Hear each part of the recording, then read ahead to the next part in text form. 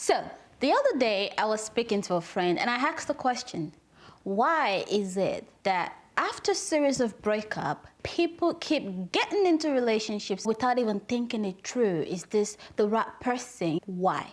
Because we all know how painful a breakup is.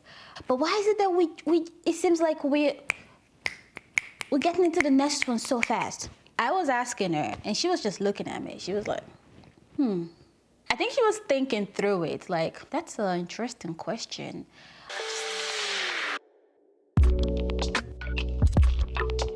I was actually genuinely asking this question because I was trying to understand it, like just put myself in people's shoes. But as we were thinking about it together, the Holy Spirit brought something to my remembrance. So before I asked this question, I think a couple of weeks before, I had watched this video. I think it's Better Together. Priscilla Shirai was there with a couple of women around the round table. And she said something about unforgiveness. And she likened unforgiveness to a poison that people keep taking, and it's hurting them. They feel like, oh, I'm having like malice. I don't want to forgive this person. And they think it's hurting the other person, but it's actually hurting you more. And as she said that, one of the other women on the table, I can't remember her name, but she said something that really struck. She said, Priscilla, as you were talking just now, I thought about it. Why would someone keep taking poison? It's poison. Why would someone keep taking that? And she said, maybe because at some point, that poison doesn't taste as bitter anymore. It starts to taste very sweet. So you forget that it is fundamentally poison and you keep taking it little by little, until it gets to the point whereby it totally kills you and breaks you literally. And I was like, wow. So when that came back to my memory, as I was asking my friend this question, I was like, maybe that is it. Maybe we've got so addicted to heartbreaks that it doesn't even taste that bitter anymore. Now it tastes sweet. Or it could also be like an analogy that Jackie Hill Perry gave. She said, just looking at the Garden of Eden, God told Adam and Eve, the day you eat of this fruit, you will surely die. That was just a firm instruction. But the moment the serpent came and told Eve, look at that tree. God was lying to you. If you eat it, you will have wisdom. You will be wise like God. And she desired it. And something Jackie said, she said, your affection can rule your reasoning to the point that you see life in a dead thing. And I was like, woo! Because in that moment when you're lonely, you're sad, you want to be in a relationship, you do not think and remember the past heartbreak you got.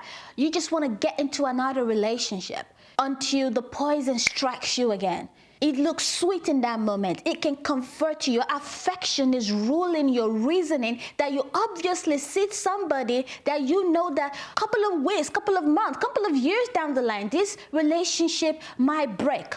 This looks like the exact same person I dated before. They just have a different face and a different name. But your affection is ruling your reasoning so much that you see a poison.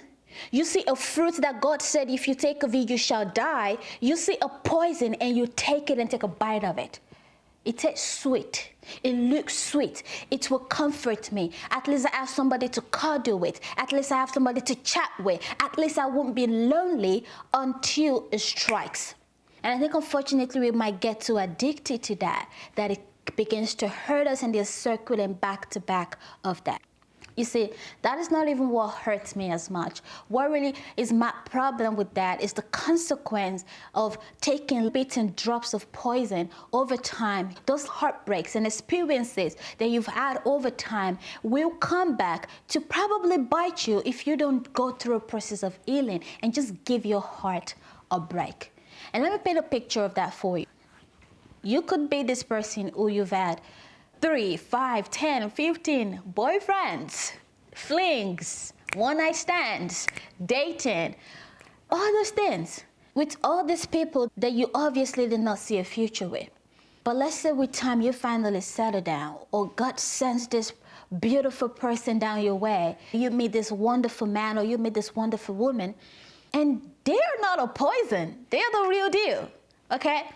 They're sweet and not poisonous, thankfully. But unfortunately, I'm afraid that a lot of us, we've gotten so used to taking a sweet poison that we see this new person and we just rebel. Our flesh is just like, no, this is not what I'm used to. Oh, this is boring because you're used to toxicity. Oh, this is not normal because your normal is not normal. Your own normal is the abnormal, but you've started to see your abnormality as the normal, that when you see something normal, you think it's abnormal. Whew.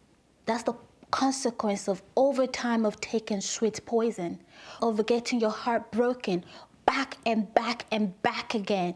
You meet this person, they treated you bad. You meet that person, they were narcissistic. You meet that person, they used to beat you up. You meet that one, they used to lie to you. You meet this one, he used to probably even rape you. You meet this, there's been so many things that you've gotten so used to, sweet poisons, that when you finally meet the right person, you might push them away and run, because that is not what you're used to. You don't want something sweet, you want some poison, unfortunately. And that's when you might see ladies going, I want a guy who goes to church, but I also want him to be a bit crazy. No, you can't eat your cake and have it. So that's just one of the consequences of consistent ingestion of sweet poison. Relationship is not something you should be jumping in and out of, especially with bad experiences with people you know they're not right for you. Because when you leave with a bit of something else.